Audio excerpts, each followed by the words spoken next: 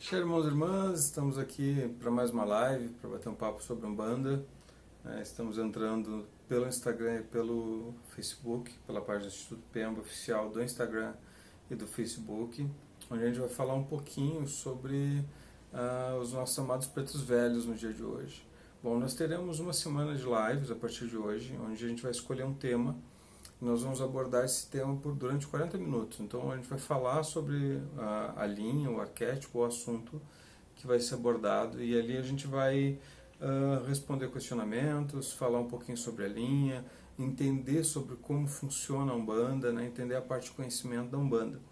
Então nós entramos 2 minutinhos antes para que a gente aguardasse um pouquinho, para que eu pudesse compartilhar também no Facebook, e quem estiver assistindo, por favor, compartilhe também, curta, chame os amigos, abra a sala de vídeo para que a gente possa levar um pouquinho de conhecimento para a galera. Bom, então vamos lá. Alguém pode me dizer como é que está o som no Facebook e no Instagram? Áudio e imagem, como que tá, galera? Para todos.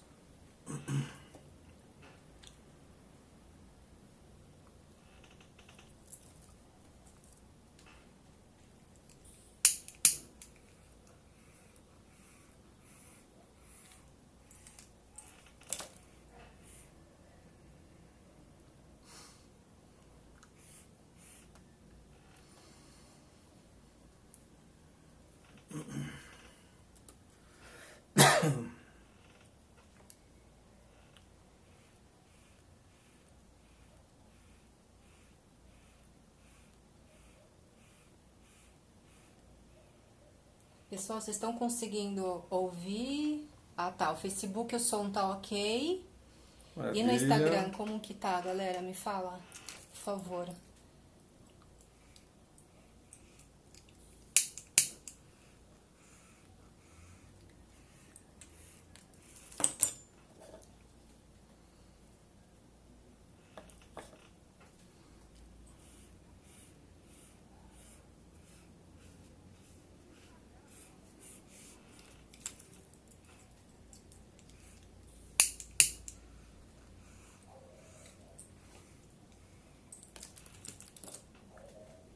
Aproveitando Beleza, Drica, obrigada.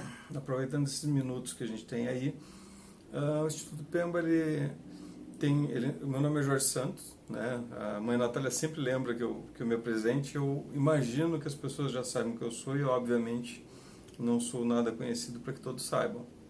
Meu nome é Jorge Santos, sou sacerdote do Instituto Pemba, junto com a mãe Natália. O Instituto Pemba tinha sua sede na cidade de Pelotas, Rio Grande do Sul, né? Ficou 5 anos lá. A gente ministrou vários cursos, trabalhou, o terreiro funcionou esses 5 anos lá, e nós viemos para cá, para a cidade de São Paulo, e hoje estamos alocados aqui, na cidade de São Paulo, no bairro Santa Catarina. Fica bem na divisa entre... Na Zona Sul, pessoal. Zona Sul, né? O terreiro está fechado, como todos os terreiros deveriam estar, principalmente porque nós entendemos que nessa pandemia há necessidade de termos cuidado, né? Então, hoje estamos aqui, em breve, se Deus quiser, poderemos novamente ter nossas giras, a presença de vocês no nosso terreiro. Enquanto isso, a gente vem trabalhando o conhecimento, vem trazendo lives, vem respondendo questionamentos, e acabamos nesse período escrevendo alguns livros, né? Então, o primeiro livro lançado, que nós lançamos agora, foi esse livro aqui, tem que fazer um jabazinho, né? Que é Sexualidade à Luz da Umbanda. Esse livro é um livro que fala, é um livro de apoio teológico, né? Ele é um livro que fala todos os aspectos da sexualidade dentro da Umbanda. Então, como é a explicação de todas as coisas, a explicação sobre a comunidade LGBTQIA+, as explicações de como nos comportarmos no terreiro, as formas de sexo sacralizado, sexo profano. Então, é um livro que eu vou colocar o endereço agora aqui no Facebook, mas vocês podem e conseguem encontrar o link de venda em qualquer uma das nossas páginas, né? Então, a venda, todo o dinheiro dessa venda desse livro é destinado à reforma do Instituto Pemba, para que a gente possa abrir o mais rápido possível. Boa noite, Pai Milton. Depois da pandemia. Depois da pandemia, Cadu obviamente. de Santa Catarina, salve. O Gá, nosso aluno querido, amigo. Oratório! Saudade também de vocês, viu? É isso, pessoal.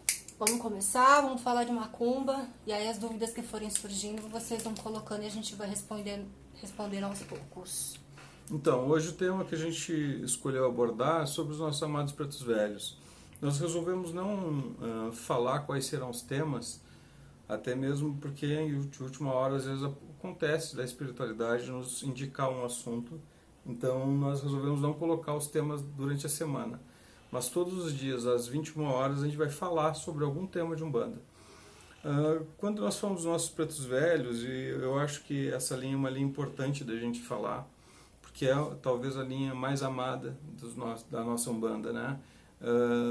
Taco a taco ali com os nossos Exus, porque quem não gosta de magia de Exu também. Mas a linha dos pretos velhos e pretas velhas da Umbanda é uma linha que é muito amada, muito querida, mas nós, umbandistas, de forma geral, não conhecemos muito sobre essa linha.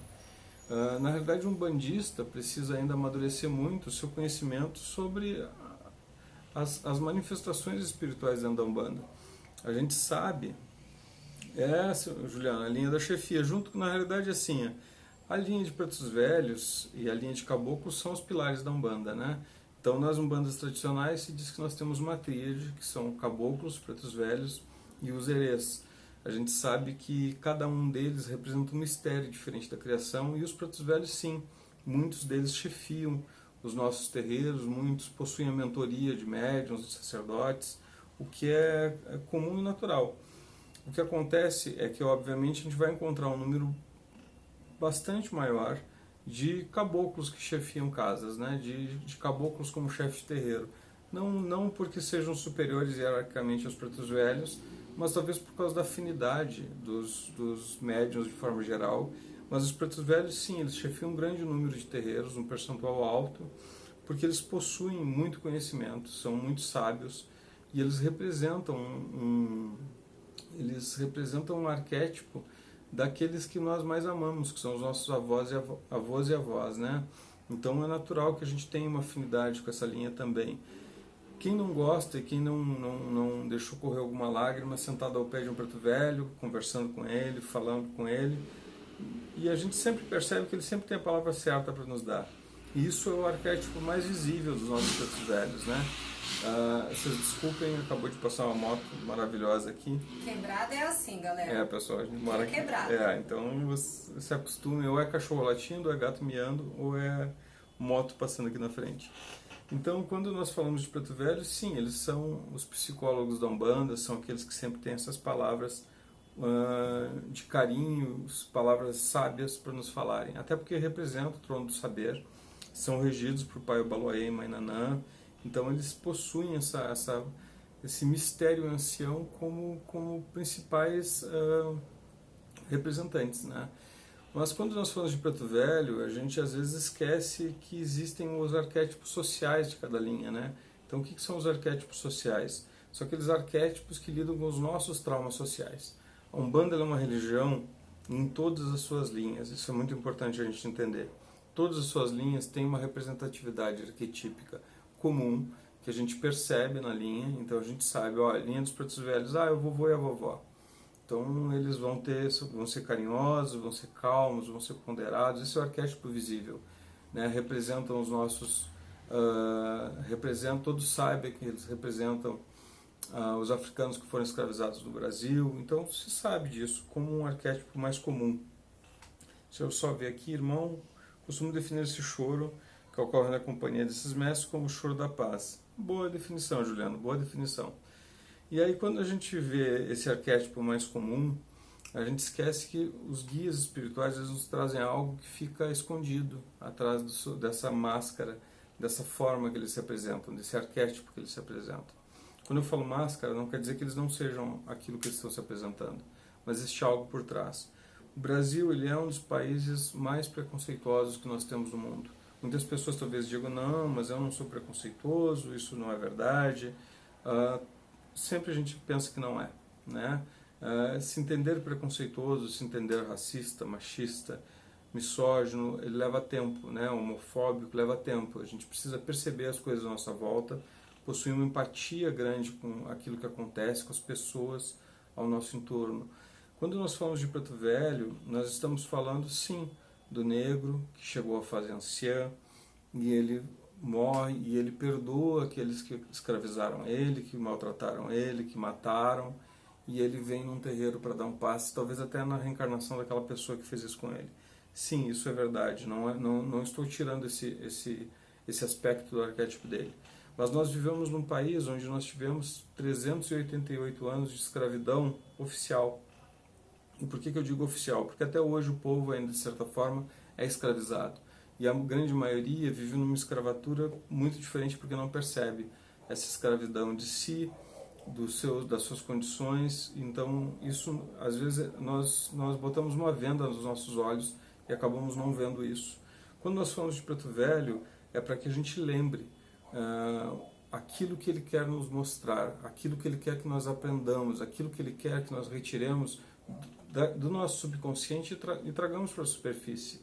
Ô Marcos, meu irmão, grande pai Marcos Adriano, né, grande pai Adriano, né, um irmãozão, um amigo querido, Diaco, querida, como é que tá? Pessoal, lembrando, quem quiser compartilhar, compartilhe. A gente tem, todo mundo que é umbandista faz parte de algum grupo, né, de umbanda, né, algum grupo de macumba. Então vai lá e compartilha nesse grupo para que a gente possa levar esse bate-papo para mais pessoas. Então quando nós falamos sobre pretos velhos, os pretos velhos querem nos trazer isso, esse entendimento e essa percepção do mal que nós causamos a todo um povo. Isso nós vamos encontrar na linha de pretos velhos, nós vamos encontrar na linha de caboclos, nós vamos encontrar na linha de malandros, de baianos. A gente vai encontrar sempre algo por trás, algo que seja para que nós possamos abrir realmente os olhos dos nossos comportamentos. A gente vive, como eu disse, numa sociedade que é racista e possui todos os outros preconceitos que a gente já falou, uma sociedade que tem dificuldade de lidar com esse racismo. Nós vivemos uma sociedade que ela não é uma sociedade de brancos, ela é uma sociedade onde 55% são negros, né? No nosso censo consta como negros e mestiços, né? Mas a gente tem uma sociedade majoritariamente de negros. E nós vemos hoje ainda que lidamos com isso com muita dificuldade de falar sobre isso, dificuldade de entender que hoje as nossas periferias permanecem abarrotadas muito mais de negros do que de brancos. Né? Isso é um reflexo do que aconteceu quando a Princesa Isabel assina a Lei Áurea, né? E a gente não percebe isso, a gente simplesmente não olha. E é isso que os pretos velhos nos trazem, é isso que eles querem nos mostrar também. Somente isso? Obviamente não. Nós sabemos que a grande parte das sabedorias, né, que nós temos na Umbanda são trazidas por pretos velhos. Né? Nós sabemos que desde a década de 90 nós começamos a ter psicografias na Umbanda, né, com o nosso estimado e já falecido Rubens Saraceni, que é um mestre na espiritualidade, né? No meu entender, o maior médium que a Umbanda já teve. Não desmerecendo Zélio, obviamente, que é o fundador, é aquele que traz a Umbanda, mas ele é aquele que nos traz muito conhecimento. Se a gente for olhar, as duas primeiras fileiras dessa estante que está atrás de mim, 70% é escrita por preto velho. Vocês vão ver que 70% das psicografias de Rubens Saraceni é de Pai Benedito de Aruanda. Então, se nós temos isso, a gente sabe que nós temos uma linha de uma pessoa muito sábia. Né? Não somente o escritor, mas a espiritualidade, que é encabeçada, uma estrutura espiritual, como a que regia e que sustentava Rubens Saraceni, era chefiada por um preto velho, que nos trazia tanto conhecimento, tanto saber, tantas coisas boas para a gente aprender. Deixa eu só ler aqui uma coisa que o Milton colocou, pai Milton. Lê aqui, ó, para aqui que a galera é que eu não consigo ler sem olhar para lá. Nada é por acaso, pessoal do Insta principalmente, nada é por acaso. A primeira live do Senhor que assisto é justamente da linha a qual recebo meus maiores ensinamentos, através do meu guia espiritual, Pai João de Aruanda. Então, muitos de nós, umbandistas, recebemos muitas informações da espiritualidade. Infelizmente, nós não aprendemos ainda a lidar bem com isso. O umbandista ainda tem uma dificuldade de receber mensagens da espiritualidade e por isso que nós encontramos, nesse momento de pandemia, onde nós estamos com os terreiros fechados, ou a grande maioria pelo menos, muitos umbandistas perdidos na sua caminhada. Nos falta um trato maior com a espiritualidade. É claro que todo umbandista acende seu anjo da guarda, mantém a sua esquerda, É óbvio que se não faz, deveria, mas é uma regra comum a todos os umbandistas. Mas às vezes falta um pouquinho mais, né? Às vezes falta nós irmos lá, servirmos um café para o nosso preto velho, acendermos uma vela e fazermos uma oração. Nos ligarmos, nos conectarmos diariamente, né, com os nossos pretos velhos e com todos os guias, obviamente. Mas como a live é dos nossos pretos e pretas velhas, é natural que eu fale mais sobre elas. A linha de pretos velhos é uma linha, como eu já disse, que ela é regida por Pai Baloaê e Mãe Nanaburquê. Isso não significa que os nossos pretos velhos não tenham outras regências, né? Nós vamos encontrar pretos velhos de todos os orixás. Então, na Umbanda que eu participo, na Umbanda que eu ministro aulas, que é a teologia de Umbanda Sagrada, né, que é a Umbanda Sagrada, nós temos a regência de 14 orixás principais que sustentam as 7 linhas. Então isso é igual em todas as Umbandas. Todas as Umbandas possuem 7 linhas. O que acontece é que nós, umbandistas, ainda temos muitas dissidências, né, muitas diferenças entre uma casa e outra, o que é bom. Né? Eu não estou dizendo que ter diferenças não seja algo que faça parte da Umbanda, até porque a Umbanda ela é criada dessa forma, para que nós tenhamos várias formas de pensar, várias maneiras de manifestar a espiritualidade, e todas estão certas, nenhuma está errado. Se a gente for olhar na África, né, nós sabemos que há mais de 1000 orixás nomeados. Né? A gente sabe que muitas pessoas cultuam orixás que não são nem conhecidos no Brasil, e nós sabemos que há muitos orixás que nós nem nome temos. Né? E isso talvez tenha sido uma das grandes façanhas do Rubens, poder nos mostrar alguns orixás, algumas forças, mistérios que nós não conhecíamos. Então, como eu disse, os nossos pretos velhos, nós vamos ter pretos velhos de Oxalá, nós vamos ter pretos velhos de Oxum, de Obaloaê, de Omulu, de Ogum, porque a linha dos pretos velhos é uma das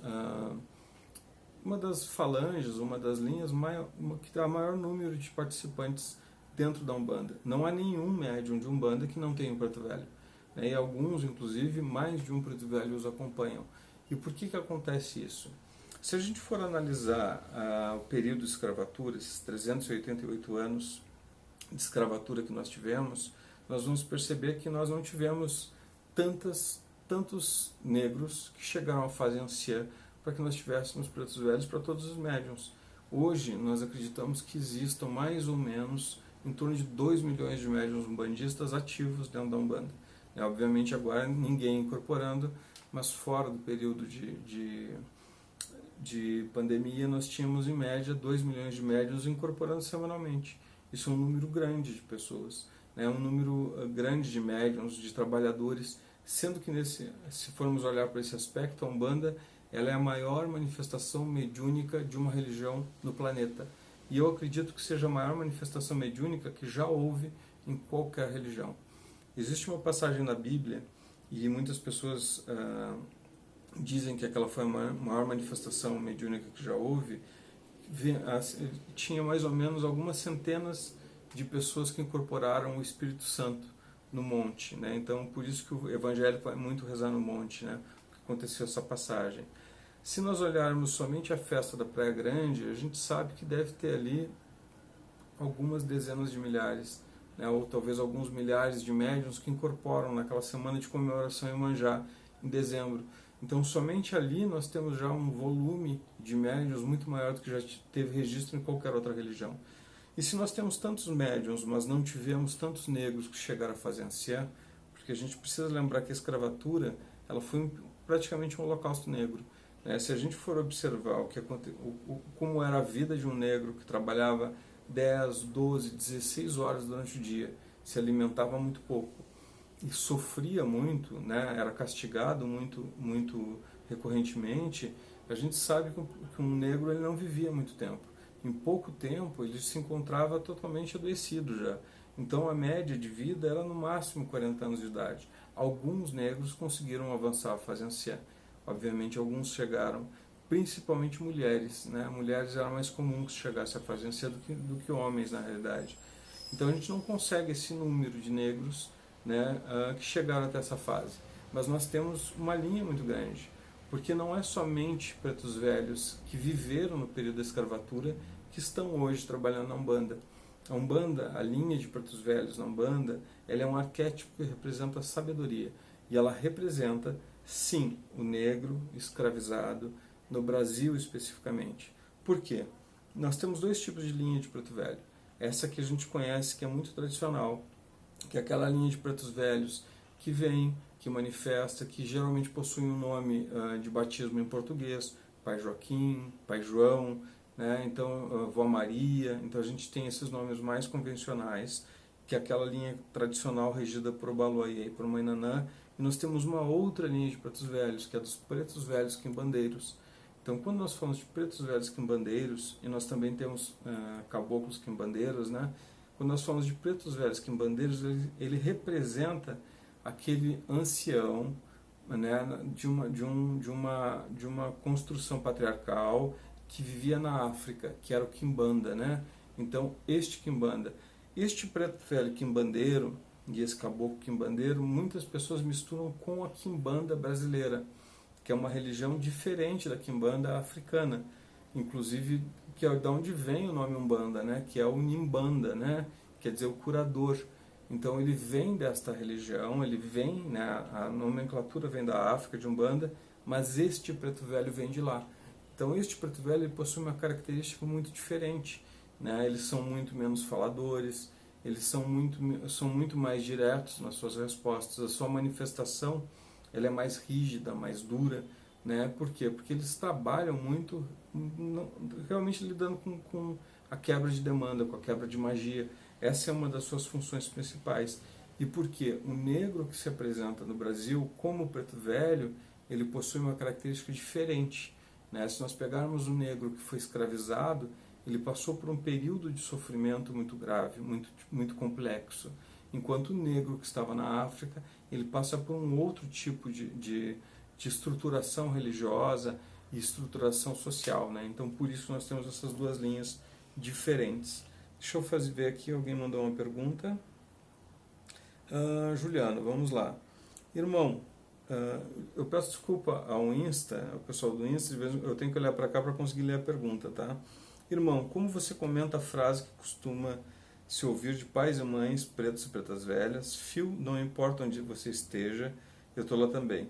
Seria pelo amplo acesso deles a vários planos diferentes? Pergunta 1, vou responder essa e depois eu vejo a outra pergunta, tá? Então, a espiritualidade que nos assiste, ela possui uma ligação conosco diferente dessa ligação que nós temos aqui no plano físico. Então, nesse momento de pandemia, a gente viu bem isso, né? As pessoas se encontram distantes e nós nos sentimos distantes delas. Né? Nós acabamos ficando mais introspectivos e não conseguimos alcançar mentalmente essas pessoas. Então isso é uma forma que o nosso corpo carnal impede essa conexão mais ampla, né? Os pretos velhos não têm esse bloqueio, então eles se mantêm conectos conosco o tempo todo.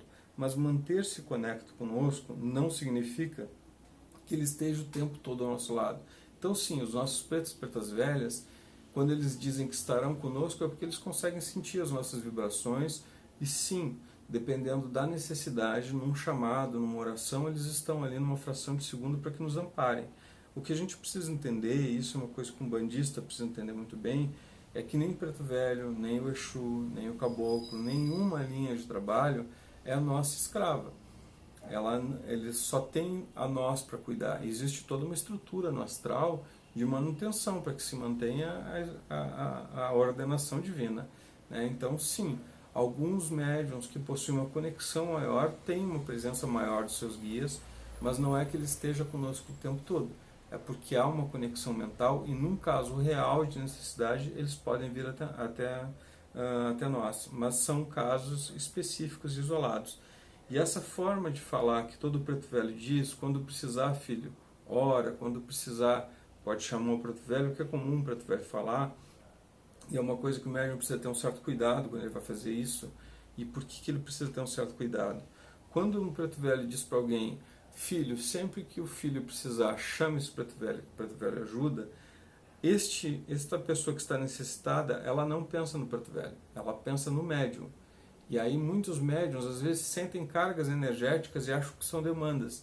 E na realidade é o quê? O preto velho dele e ele incorporado, ao falar isso, faz com que a pessoa se conecte ao médium e não ao preto velho necessariamente.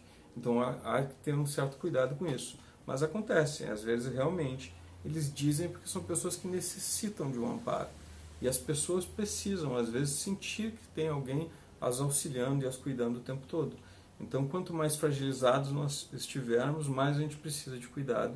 E os pretos velhos sabem muito bem disso. Quando necessita, não para qualquer coisa, né? A observação, Sim. isso é importante. Sim. Outra pergunta, seriam eles seres que também não encarnaram aqui na Terra, se usando esse arquétipo? Não, não. O que acontece é que a Umbanda ela trabalha com várias classes espirituais, né? Então, quando a gente fala de espiritismo, o espiritismo entende que existem espíritos humanos. E ponto. Então, é claro, existem espíritos animais, tá, mas eles entendem que existem espíritos humanos. Entramos no plano reencarnatório, existem espíritos humanos. Quando nós falamos de Umbanda, nós já entendemos que existem outras classes espirituais também. Então, nós temos os espíritos humanos que se manifestam na Umbanda como pretos velhos, caboclos, como Exus, pombagiras, malandros, baianos, boiadeiros, né? Então, a gente tem esses guias espirituais. Nós temos aqueles que se manifestam como orixás, né? Embora algumas umbandas entendam que não há, e eu respeito totalmente a opinião de cada um. Mas quando nós falamos de orixá, nós não estamos falando que o orixá maior está incorporando. Nós estamos falando que uma hierarquia de um orixá. Então, geralmente é um ser natural. Para entender a diferença de um ser espiritual para um ser natural, há necessidade de entender sobre a gênese da Umbanda. Então, entender que existe um plano fatoral, plano essencial, né? Um plano elemental, dual, encantado, natural e celestial. Cada um desses planos possui muitas dimensões. Aqui onde nós estamos, que é o sexto plano da vida, o plano natural, há 77 dimensões. Uma somente é a nossa. E essa nossa é a única dimensão que possui uma contraparte física e uma contraparte espiritual. Então, quando falamos de pretos velhos, são espíritos humanos que em algum momento ou foram negros escravizados, ou eles possuem um mistério relacionado à sabedoria, ao mistério ancião. Sim, eles podem não ter sido escravizados neste momento que houve aqui no Brasil, nesses 388 anos, mas podem sim estar ligados à escravatura em algum lugar, mas são espíritos humanos. Espíritos que não são espíritos humanos são os naturais, que se incorporam geralmente como orixás. Não quer dizer que não haja espíritos naturais que incorporem também como guias espirituais. Há, mas são espíritos que se humanizaram, passaram um estágio aqui e têm todas as condições de ter uma incorporação. Então, os nossos pretos velhos são sim espíritos humanos. Alguma pergunta aí no Insta? Só deixa eu responder aqui ao André e a Moni... Não sei, desculpa, depois você me fala teu nome. Eles estão perguntando sobre a camiseta. Essa camiseta, pessoal, do Preto Velho que o Jorge tá, é da minha crença. Eles são incríveis. Tem do Zé Pilintra, tem de Pombagira, tem de Exu, tem da Resistência. Enfim, tem bastante camiseta. Entra lá no Face dele, no Instagram deles, que eles são foda. A Regiane colocou um comentário aqui muito legal. Gostaria de estudar a gênese da Umbanda. Regiane, a Umbanda ela deve ser estudada como uma religião teologicamente completa. Isso é uma coisa que a gente precisa entender. Muitos terreiros de Umbanda ainda estudam o Pentateuco Kardeciano e estudam outras religiões para explicar coisas que há dentro da Umbanda.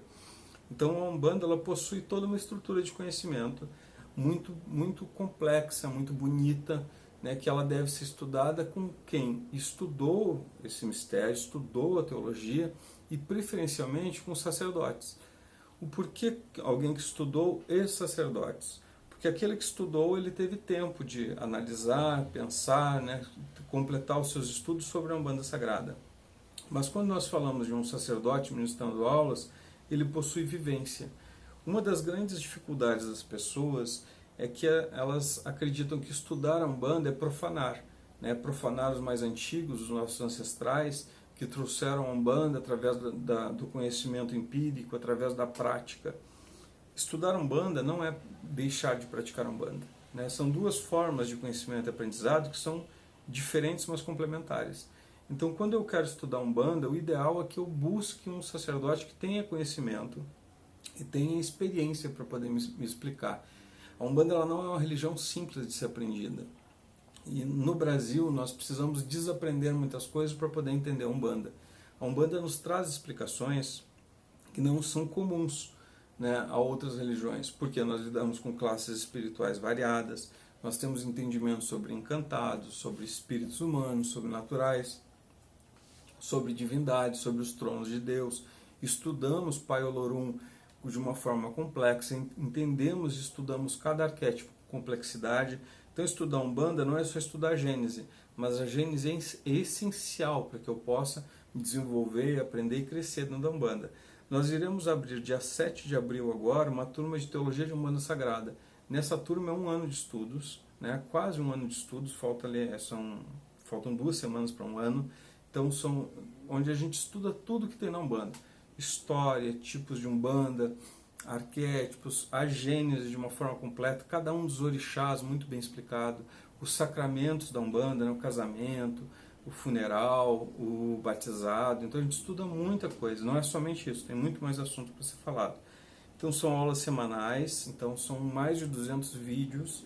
Essas aulas ficam gravadas e a pessoa pode assistir a hora que ela quiser, né, na casa dela, o dia que ela quiser, e quando termina o curso, a pessoa ainda tem um ano para poder terminar de estudar aquilo, porque às vezes atrasa, a gente trabalha, tem filho, tem casa, tem uma série de coisas que impede, principalmente mulheres que trabalham muito mais que o homem.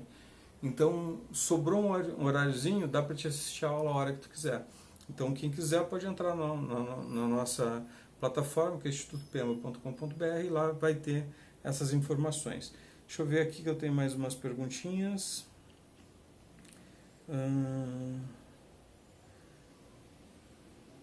Boa noite. Sabemos que a Umbanda é milenar. Qual seria a relação dos pretos velhos com o Brasil, já que são espíritos muito evoluídos? Seria apenas a escravidão ou algo a mais? Marcos Valença, nós não sabemos que a Umbanda é milenar, porque a Umbanda não é.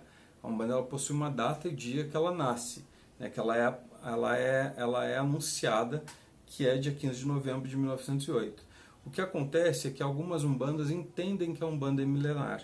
E o que acontece? Entendem que a Umbanda ela é uma herdeira das religiões de Atlântida, da Lemúria, das eras adâmicas. E eu entendo isso porque existem espíritos que vieram desse período.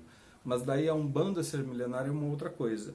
O que acontece é que a Umbanda ela é uma herdeira da religião natural. Então ela é herdeira de religiões milenares. E isso não é ser milenar.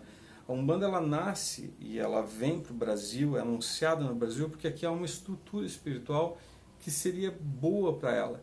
E um segundo motivo é para que houvesse uma renovação do culto de orixás, porque a Umbanda ela é isso, ela é uma renovação de culto. Ela nasce com uma influência católica, uma influência espírita, né? Então uma influência eurocêntrica, uma influência muito grande do esoterismo, né? Então das práticas ocultistas. A gente vai ver principalmente ali no início, aqueles escritores todos que falam sobre Umbanda, muitos deles são ocultistas, né? E nós vamos ter uma base teogônica africanista, uma base teogônica dos orixás. Essa base teogônica, nós tivemos dificuldade de entender ela até há pouco. Na verdade, até hoje a gente ainda está aprendendo muito sobre ela. Então, o que acontece? Aí nós dizemos que a Umbanda é afro-brasileira porque a sua base teogônica é de orixás, e os orixás são negros. O que acontece é que nós temos ainda o hábito de sincretizar e buscar muitas informações de outras religiões. O que acontece é que a Umbanda ela é um amálgama de todos esses conhecimentos e ela possui uma nova interpretação de cada um deles. Então ela não é milenar, mas ela é herdeira de religiões milenares. Qual seria a relação dos pretos velhos com o Brasil, já que são espíritos muito evoluídos? Sim, são espíritos muito evoluídos, né? E aí tu fez uma outra pergunta, seria apenas a escravidão ou algo a mais? Então, a linha de pretos velhos, ela representa como arquétipo social, como eu já falei até um pouco no início do vídeo, ela representa sim esses negros que foram trazidos para cá, e para que a gente enxergue o racismo, enxergue esse momento tão nefasto do nosso país. O que vai acontecer é que a linha ela abrange toda uma estrutura de espíritos que possuem um grau muito alto. Então, espíritos que possuem o mistério ancião, eles possuem uma ligação com a escravatura de alguma forma. Então, não há espíritos na linha de Preto Velho que não têm uma ligação com a escravatura de alguma maneira, mas eles possuem um saber muito grande. Então, são espíritos que estão muito próximos de ascensionar. Ainda não ascensionaram, senão não estariam aqui. E esses espíritos têm toda uma sabedoria e conhecimento que é o que eles representam, que é Pai Ubauá e Mãe Nanã, que é o trono do saber, que é o trono da sabedoria, que é o trono da evolução. Então eles têm essa função para nos amparar. Deixa eu ver aqui o que mais, tem mais uns comentários. Lembrando que essas lives, elas não são lives longas, elas são lives de 40, 45 minutos no máximo, e nós já chegamos a 30, um pouquinho mais de meia hora, né? Rejane escreve no curso de teologia. Isso, Diaco, faz propaganda para mim aí, tá? Obrigado, Diaco, é uma querida. Vereadora, macumbeira, da cidade de Rio Grande, muito bom a gente ter algumas pessoas nos representando na política, pessoas honestas. Me explica minhas... Obrigado, conheci. Legal, Marcos, legal. Pessoal, mais alguma pergunta? Alguma pergunta aí no Insta? Aqui no Instagram tá tudo ok. Vocês Pessoal, alguém tem alguma pergunta no Instagram? Lembrando que a live é uma série de lives. Então a gente vai ter uma semana de live às 21 horas e essa é a primeira, tá? Falando sobre Umbanda. Tanto no Instagram quanto no Facebook. A Umbanda, ela é uma religião, como eu já falei, que ela precisa muito de conhecimento. Infelizmente, muitas pessoas acreditam que, como eu já falei, que estudar é profanar, e não é. Né? Quanto mais nós podemos estudar a Umbanda e conhecer, mais fácil a gente interpretar o que os nossos guias querem. Nós, como médiuns, precisamos estar preparados para poder interpretar corretamente a sua mensagem. Hoje em dia, a mediunidade ela não é mais como antigamente, que era uma mediunidade onde o guia vinha, nos cegava e nós manifestávamos. Hoje nós somos partícipes, a gente está ali junto com o guia e existe uma simbiose entre o guia e o médium para que o médium possa filtrar o que está sendo falado. Isso é uma forma de segurança do que a espiritualidade vai fazer. E uma outra coisa, para que nós não façamos mais os absurdos que já foram feitos.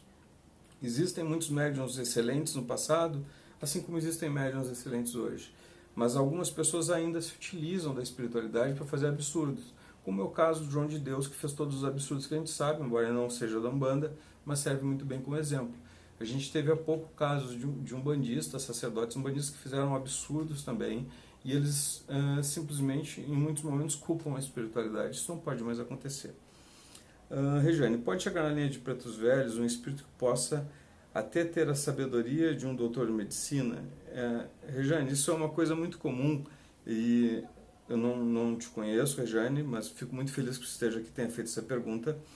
E essa pergunta ela nos lembra muito um comparativo que as pessoas faziam muito, de querer dar importância à linha de preto velho, dizendo que até Bezerra de Menezes incorporava na Umbanda com o pai Benedito.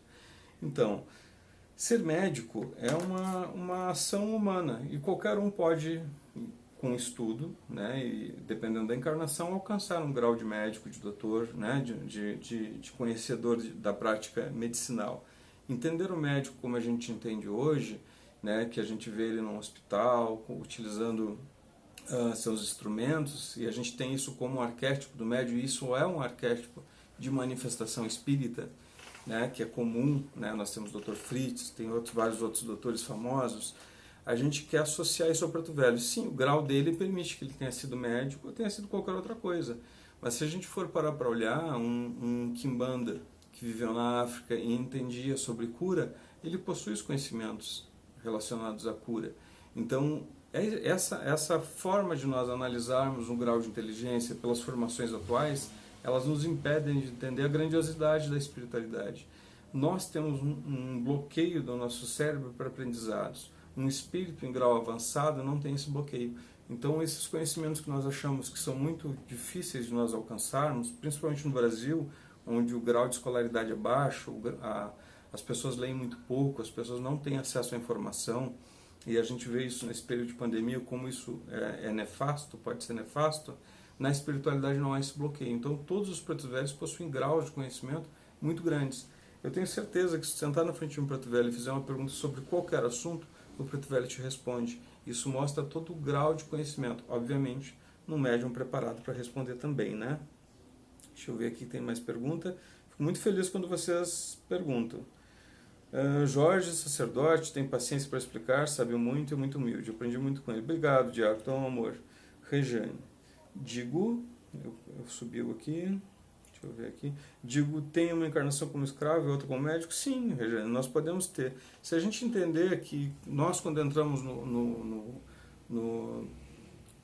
no circuito de reencarnações, entramos no plano reencarnacionista, para que a gente consiga ascender, a gente passa ali entre 200, 300, 400 encarnações para que a gente consiga ascender. Então a gente tem muitas encarnações pela frente ainda, né? Muitas pessoas se dizem espíritos antigos, eu já vi muita gente dizer que é a sua última encarnação, não precisava vir mais, mas isso não é uma realidade comum, né? Então a gente tem espíritos sim que são muito evoluídos, são perceptíveis, Chico Xavier, Rubens Saraceni, Bezerra e muitos outros, né? O Zélio, são pessoas que a gente sabe que tem um grau espiritual altíssimo e vieram para nos amparar, mas a grande maioria de nós somos seres humanos normais, com todas as nossas falhas, estamos em aprendizado. Mas nós passamos por muitos tipos de reencarnação. O que acontece, reencarnações diferentes, o que acontece é que nós, quando somos fatorados como espírito, nós temos uma predisposição a uma linha de saber. Então, por exemplo, alguém que é fatorado com Pai Ogum, ele tem uma predisposição belicosa, ele tem uma predisposição a coisas relacionadas à lei, à ordenação. Então, naturalmente, ele segue esse caminho. Quer dizer que ele não possa ser médico numa encarnação? Sim, ele pode. Né? Assim como nós podemos ter sido qualquer coisa em qualquer momento, né? Tanto coisas boas quanto coisas ruins. Ser filha desse trono de sabedoria é muitas vezes... deixa eu tentar descer aqui. É muitas vezes obter muito conhecimento e que nem eu imagino, chegando a achar que sou louca. Mas é maravilhoso, temos que filtrar, sim, com certeza. Diácono Jorge Regiane é uma pedagoga extremamente competente, humilde e muito espiritualizada. A teologia urbana vai ser fundamental. Vai ser muito bem vista, muito bem-vinda, tá? Vai ser um prazer, Regiane, se tu participar conosco. A reforma que está acontecendo é no prédio do Instituto Pemba. E não, Meg, nós não estamos mais na cidade de Pelotas. Nós não estamos na cidade de Pelotas, nós não temos ninguém que tenha ficado na cidade de Pelotas. Houve, há uns dias atrás, entraram em contato conosco para saber onde tinha ficado nossa filial, porque alguém disse que tinha uma filial nossa. Não temos filial. Nós formamos algumas centenas de magos, nós formamos algumas centenas de médiuns em teologia, né, formamos no desenvolvimento, mas nós não conseguimos formar nenhum sacerdote. Então não há sacerdotes de Umbanda Sagrada em Pelotas, há algumas pessoas que estão buscando conhecimento, tá, mas nós não estamos lá, nós estamos na cidade de São Paulo. Então, como eu já tinha dito, vocês comprando o livro Sexualidade à Luz da Umbanda, que é um livro importantíssimo, tem muito sobre a fatoração do espírito, gênero espiritual, conhecimento sobre espiritualidade, que é muito importante, um livro teológico excelente. Tá? Fui muito influído por Pai Joaquim, por seu Tancarruas, para que ele pudesse ter sido escrito. Então, este livro aqui, comprando ele, vocês ajudam na reforma do Instituto Pemba aqui na cidade de São Paulo, que é onde nós permaneceremos. Tá, lembrando que quem adquirir o curso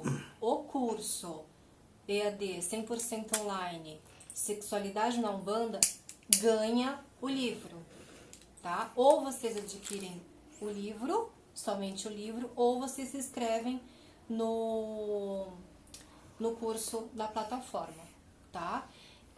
Aqui a Bel colocou, pois até não necessariamente foi um preto velho. A Bel colocou aqui. Sim, do que foi a pergunta? Nada, ela só está colocando aqui sim. uma... Sim, deixa eu só responder rapidinho, porque a gente já está quase no finalzinho da live, a gente não quer passar de 45 minutos, tá, pessoal?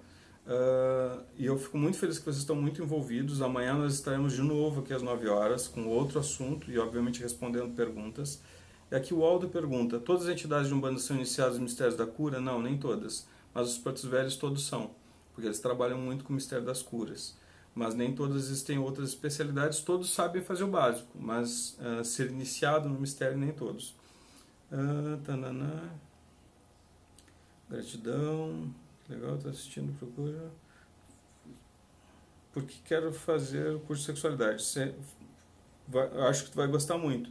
E como eu disse, o curso já ganha o livro Sexualidade na Umbanda, é um livro que foi lançado semana passada, e em breve nós já estaremos lançando um outro livro, ele já está na correção. Então estamos esperando chegar somente as ilustrações e as correções, e já deve ser lançado um outro livro, aí sim, do nosso amado Pai Joaquim. Aqui, né? Um livro aqui eu acho que dele. tem uma pergunta.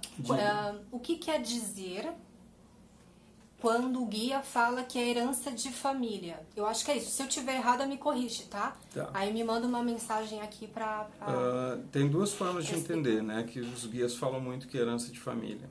Existe o tradicional, que inclusive é uma discussão bastante complexa, precisaria de uma live toda para falar sobre isso, que seria que a estrutura mediúnica de uma família, ela vai herdando aos seus descendentes. Isso pode ser verdade ou não, dependendo de vários casos, então, mas acredito que não seja especificamente isso a pergunta. E se pode ser herança de família, por exemplo, pragas, maldições e coisas que são cíclicas numa família. O que acontece é que nós, quando reencarnamos, nós muitas vezes reencarnamos no mesmo seio familiar. Para quê? Para que a gente vá espiando cada um daquelas mazelas, daqueles problemas que nós tivemos com os nossos mais próximos, espíritos mais próximos. Então é normal que uma família ela vá tendo recorrências de alguns problemas. Aí nesse caso pode ser uma herança de família, essas recorrências. Mas essa pergunta eu preciso que elabore um pouco mais, porque cada uma dessas respostas ela requer uma certa construção. Quem é que mandou essa pergunta? Então, eu não sei. Jo, eu acho. Jo não sei. John. Eu não sei, desculpa. Jo não sei, desculpa.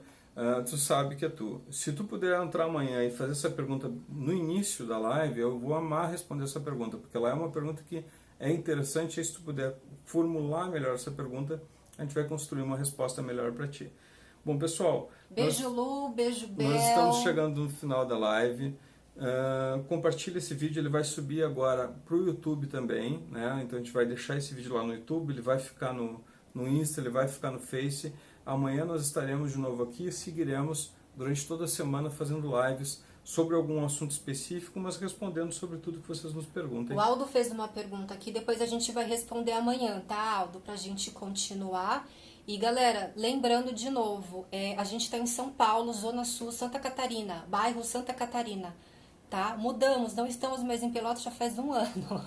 Beleza? Beijo e até amanhã. Mas a internet permite esse ajuntamento de macumbeiro. Pessoal, um forte axé e até amanhã.